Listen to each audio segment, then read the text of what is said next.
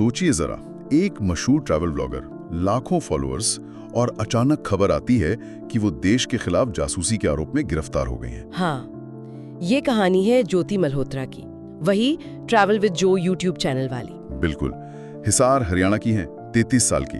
Online तो उनकी image एक घुमक्कड़, पुराने ख्यालों की मॉडर्न लड़की वाली थी जी, लेकिन 17 मई 2025 को जो हुआ उसने सब बदल दिया। पाकिस्तानी के लिए जासूसी का आरोप है, official secrets act. Official secrets act, ये तो बहुत गंभीर धारा है, मतलब सरकारी राज लीक करने जैसा। हाँ, और साथ में भारतीय न्याय संहिता की धाराएं भी हैं। मामला संगीन है। तो असल में हुआ क्या, मतलब आरोप क्या है कुंकरी तौर पर? देखिए, मुख्य आरोप ये है कि ज्योति ने पाकिस्तानी इंटेलिजेंस ऑपरेटिव्स, जिन्हें PIOs कहते हैं, उनके साथ संवेदनशील जानकारी साझा की। संवेदनशील जानकारी जैसे कि भारतीय सैन्य ठिकानों की लोकेशन, उनकी गतिविधियां, इस तरह की चीजें। ओह, और ये PIO से संपर्क कैसे हुआ इनका? जांच में सामने आया है कि दिल्ली में जो पाकिस्तानी दूतावास है, वहां के कर्मचारी अहसान और रहीम, कोड नेम दानिश, उससे इनका कनेक्शन था। दानिश, ये नाम तो सुना हुआ लगता है। हाँ, वही दानिश जिसे बाद में जासूसी के आरोप में भारत से निकाल दिया गया था। अच्छा, तो दानिश के जरिए ये PIOs तक पहुंची? ऐसा ही कहा जा रहा है। रिपोर्ट्स के मुताबिक ज्योति 2023 में 2 बार पाकिस्तान भी गई थी। पाकिस्तान गई थी? एक ट्रैवल ब्लॉगर का जाना वैसे तो अजीब नहीं है, लेकिन इस कॉन्टेक्स्ट में। बिल्कुल, आरोप है कि वहीं पर दानिश ने उन्हें अली, अहसान और शाकिर उर्फ राणा शहबाज जैसे PIOs से मिलवाया। शाकिर, और एक दिलचस्प बात ये भी आई थी कि शाकिर का नंबर किसी और नाम से सेव था। हाँ, कथित तौर पर जट रंधावा नाम से, शायद पहचान छिपाने की कोशिश।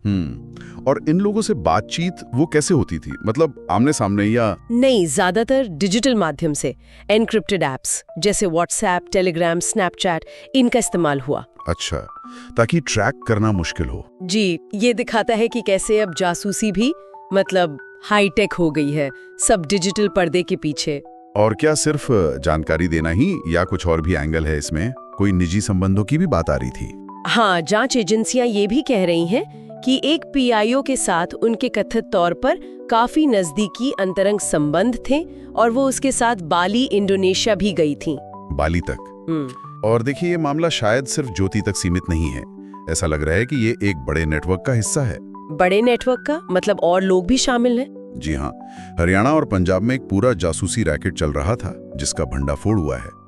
ज्योति के अलावा 5 और लोग गिरफ्तार हुए हैं, गुजाला, यमीन मोहम्मद, देविंदर सिंह ढिल्लो, अरमान। अच्छा, और उन पर क्या आरोप है? सबके अलग अलग रोल लगते हैं। जैसे बेविंदर पर पटियाला कैंटोनमेंट की तस्वीरें भेजने का आरोप है, गुजाला पर दानिश से पैसे लेने का, अरमान पर सिम कार्ड सप्लाई करने और डिफेंस एक्सपो जाने का। बाप रे, मतलब ये तो पूरा सुनियोजित तरीके से चल रहा था। लगता तो यही है, एक पूरा जाल बिछा हुआ था। इतने सारे आरोप हैं, दावे हैं, लेकिन सबूत क्या हैं?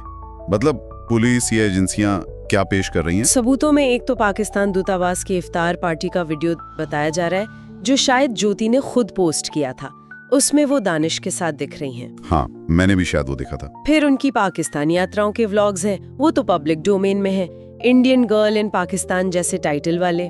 उनका मोबाइल, लैपटॉप जब्त किया गया है।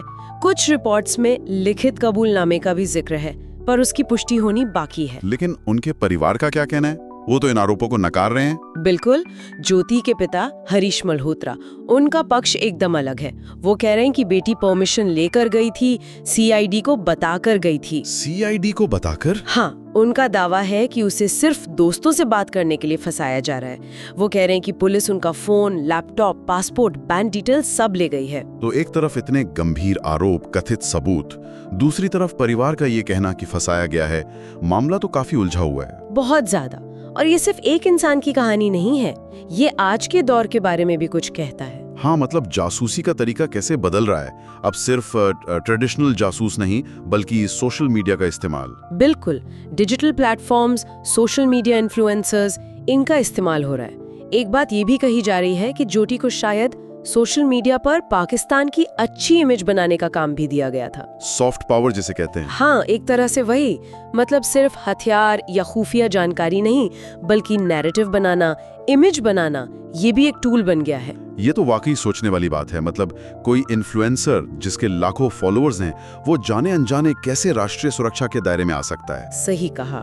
उनकी पहुंच का, उनकी लोकप्रियता का गलत इस्तेमाल हो सकता है। और आजकल जिस तरह सीमा पर तनाव की खबरें आती रहती हैं, उस पृष्ठभूमि में ये गिरफ्तारियां और चिंता बढ़ाती हैं। तो कुल मिलाकर एक ट्रैवल इन्फ्लुएंसर जिस पर देश के राज बेचने का आरोप, ये कहानी हमें कई सवालों के साथ छोड़ जाती है। जी। इस खास मामले से परे अगर सोचें तो आज की दुनिया में जहां सब इतना कनेक्टेड है, ये ऑनलाइन प्रभाव और राष्ट्रीय सुरक्षा, इसके बीच की लाइन कहां पर धुंधली हो जाती है?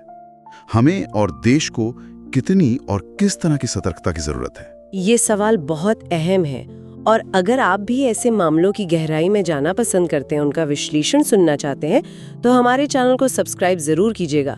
हमने देखा है बहुत से लोग हमारे वीडियो देखते तो हैं, पर सब्सक्राइब करना शायद भूल जाते हैं। हाँ, आपका सब्सक्रिप्शन हमें हौसला देता है कि हम ऐसी और भी जानकारी भरी बातें आप तक लाते रहें।